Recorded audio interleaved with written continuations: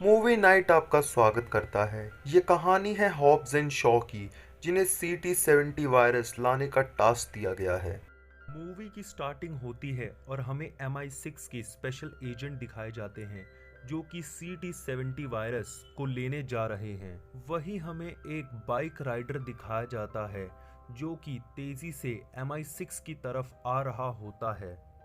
वहीं दूसरी तरफ हम MI6 को देखते हैं जो कि उन लोगों को पकड़ रही है जिन्होंने CT-17 वायरस को चुरा रखा है। यहीं पर हमें एक एजेंट दिखाई देती है जिसका नाम है हेती। वो बहुत ही तेज़ और खूंखार एजेंट है। वो बहुत ही जल्दी सिस्टम को हैक करके उसको एक्सेस कर लेती है। तभी इस मूवी में एंट्री होती है इस मूवी के विलन ब्लिक्सटन की, जो कि इन लोगों को मारने आया है। ब्लिक्सटन हेती की पूरी टीम को गोली मार देता है। हेती यहाँ से भागना चाहती है पर वो जानती है कि ये वायरस कितना ज़्यादा खतरनाक है, इसलिए वो उस वायरस से अपने आप को इंजेक्ट करवा लेती है ताकि ये वायरस ब्लिक्सटन के हाथ ना लगे और वो वहाँ से भाग जाती है। इसके बाद हमें हॉब्स को दिखाया जाता है जो कि अपनी बेटी के साथ रेस्टोरेंट में बैठा होता है लंच करने के लिए। वहीं दूसरी तरफ हमें शॉ को दिखाया जाता है जो कि अपनी माँ से मिलने आया होता है। उसकी माँ कहती है कि उसे अपनी बहन से बात करना चाहिए पर शॉ मना कर देता है।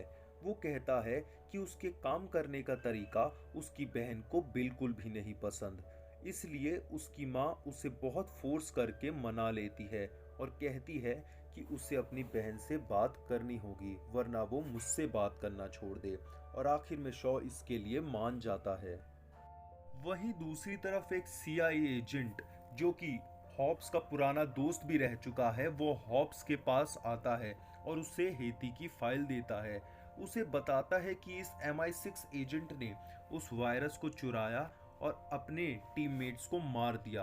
पहले तो हॉब्स इसके लिए मना करता है पर बाद में उस CIA एजेंट के कहने पर वो इस मिशन के लिए तैयार हो जाता है। वहीं दूसरी तरफ शॉ के पास भी एक CIA एजेंट इसी मिशन के लिए जाता है और उसे बताता है कि उसकी बहन ने उस वायरस को चुराया और अपने ही टीममेट्स को मार डाला। वहीं दूसरी तरफ हम उन CIA एजेंट्स को देखते हैं जो कि एक दूसरे को बताते हैं कि उनकी तरफ से उन दोनों के पार्टनर तैयार हो गए हैं। हॉब्स एंड शॉ जब एक दूसरे को देखते हैं तो देखते ही इस मिशन के लिए मना कर देते हैं, क्योंकि ये दोनों ही एक साथ कभी काम नहीं करना चाहते और ना ही इन दोनों की एक साथ पटती है। ये दोनों हमेशा ही एक मामले में लड़ते झगड़ते रहते हैं और इस सब की वजह से शॉ इस मिशन से चला जाता है और इस मिशन की कमान हॉब्स के हाथ में आ जाती है। वो बाकी सब इंटेलिजेंस ब्यूरो के लोगों से कहता है कि वो जल्द से जल्द इस मिशन को ख़त्म कर देगा और वो उस लड़की को ढूंढ लेगा, और वो पूरी CCTV कैमरा फुटेज निकलवाता है और पता लगा लेता है कि वो एजेंट कहाँ हो सकती है, और ऐसा होता भी है। वहीं दूसरी तरफ हमें शॉ को दिखाया जाता है जो कि उस हाइडआउट में था जहां उसकी बहन छुपी थी।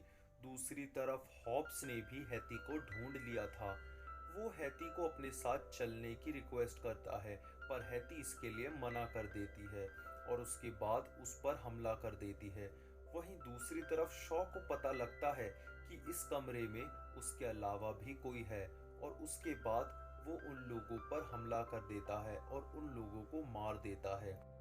हॉब्स हेती को अपने साथ हेडक्वार्टर ले आता है। हॉब्स हेती से पूछता है कि वायरस कहाँ है। हेती कहती है मुझे क्या पता वायरस कहाँ है, क्या पता तुम्हारे पास हो। हॉब्स कहता है अच्छा मजाक कर लेती हो, अब बताओ वायरस कहाँ है। हॉब्स कई तरीके से पूछता है, बहुत तरीके लगाता है, पर हेती बताने के लिए मना कर देती है। वो कहती है मैं तुम्हें कुछ भी नहीं बताऊंगी, मुझे तुम पर भरोसा नहीं है। और इसके बाद हेती हॉब्स को अपने निशाने पे ले लेती है। वो उसको गोली मारने ही वाली होती है कि तभी वहां पर शॉ आ जाता है। वो कहता है कि उसको छोड़ दे। हॉब्स मना कर देता है। उसके बाद इन तीनों के बीच तनातनी शुरू हो जाती है और ये तीनों एक दूसरे के ऊपर गन पॉइंट कर लेते हैं। हॉब्स कहता है कि अपनी गर्लफ्रेंड से पूछ कि कहाँ है वायरस, पर शॉ कहता है कि पहली बात ये मेरी गर्लफ्रेंड नहीं, ये मेरी बहन है। वो कहता है कि ठीक है, अब इससे पूछ कि वायरस कहाँ है। वो बता देती है कि वायरस उसके शरीर के अंदर है, और ये सुनकर इन दोनों के होश उड़ जाते हैं और वो यहाँ से जाने लगती है कि तभी वहाँ पे ब्लिक्सटन और उसके आदमी आ जाते हैं। वो इन दोनों पर हमला करते हैं और बाकी सीआईए एजेंट्स को भी मार देते हैं। हॉब्स ब्लिक्सटन पर हमला करता है, पर ब्लिक्सटन हॉब्स से ज़्यादा ताकतवर होता है और वो उसे गिरा देता है। तभी शॉ ब्लिक्सटन पर हमला करता है, और जब ब्लिक्सटन और शॉ एक दूसरे को देखते हैं, वो एक दूसरे को देखकर हैरान हो जाते हैं, और उसके बाद शॉ इन दोनों को लेकर अपने साथ निकल पड़ता है।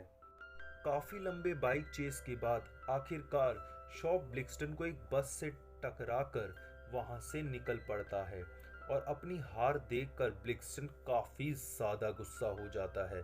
उससे अपनी हार बर्दाश्त नहीं हो रही होती।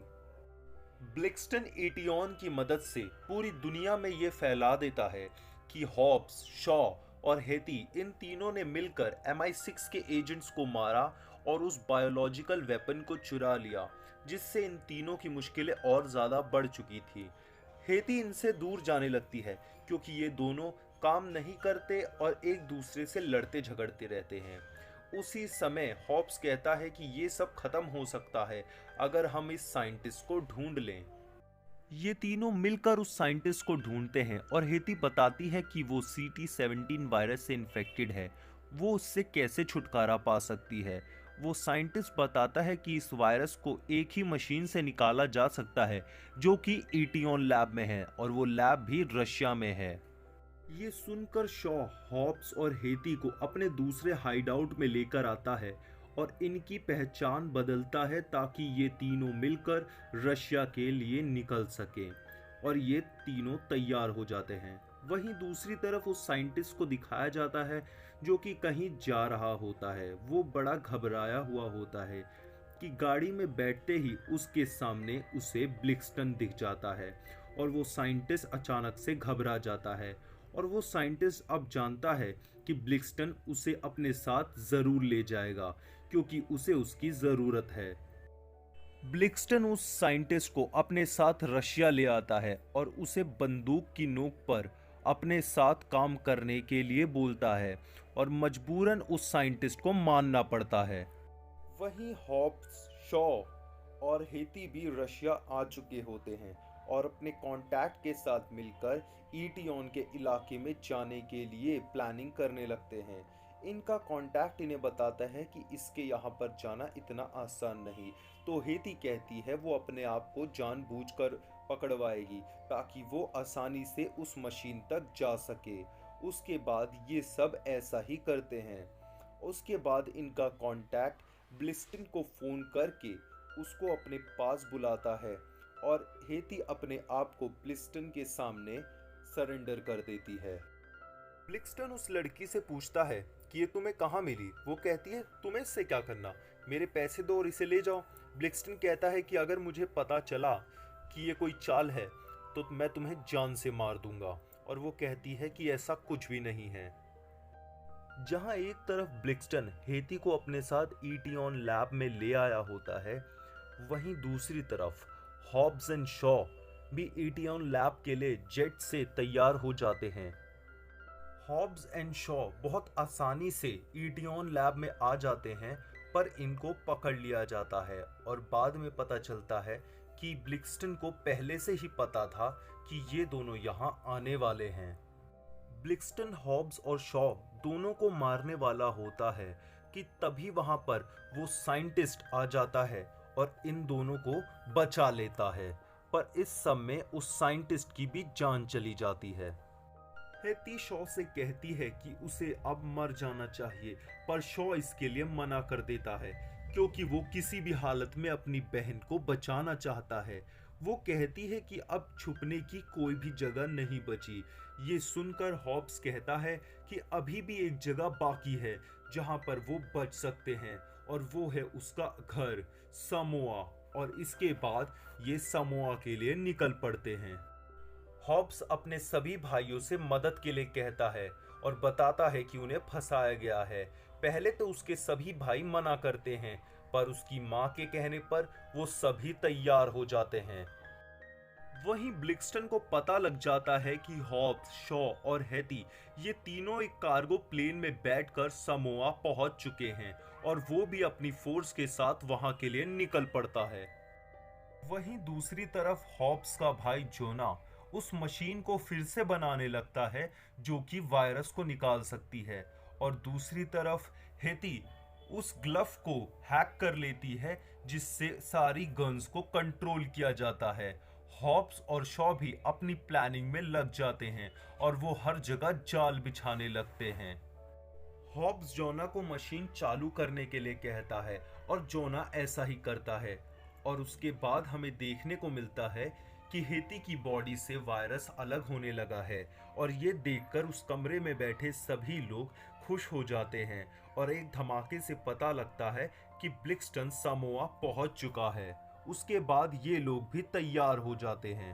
हॉब्स और उसके भाई मिलकर ब्लिक्सटन की सेना का सामना करते हैं और उसको धूल चटा के रख देते हैं। पर इसी लड़ाई के दौरान ब्लिक्सटन को हेती मिल जाती है।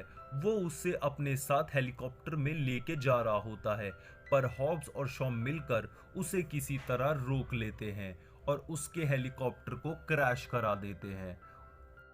शुरुआत में तो ब्लिक्सटन हॉब्स और शॉ दोनों पर भारी पड़ रहा होता है, पर लड़ाई के दौरान हॉब्स को पता लगता है कि ब्लिक्सटन एक वक्त पर किसी एक से ही लड़ सकता है, और इस बात का फायदा उठाकर हॉब्स शॉ से कहता है कि जब कोई एक मार खाएगा तब दूसरा ब्लिक्सटन को मारेगा, और ऐसा करके ये दोनों ब्लिक्सटन को हरा देते हैं।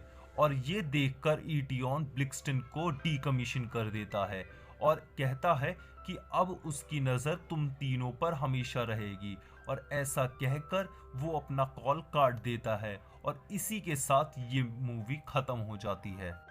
वीडियो अच्छी लगे तो वीडियो को लाइक, शेयर और चैनल को सब्सक्राइब ज़रूर करें।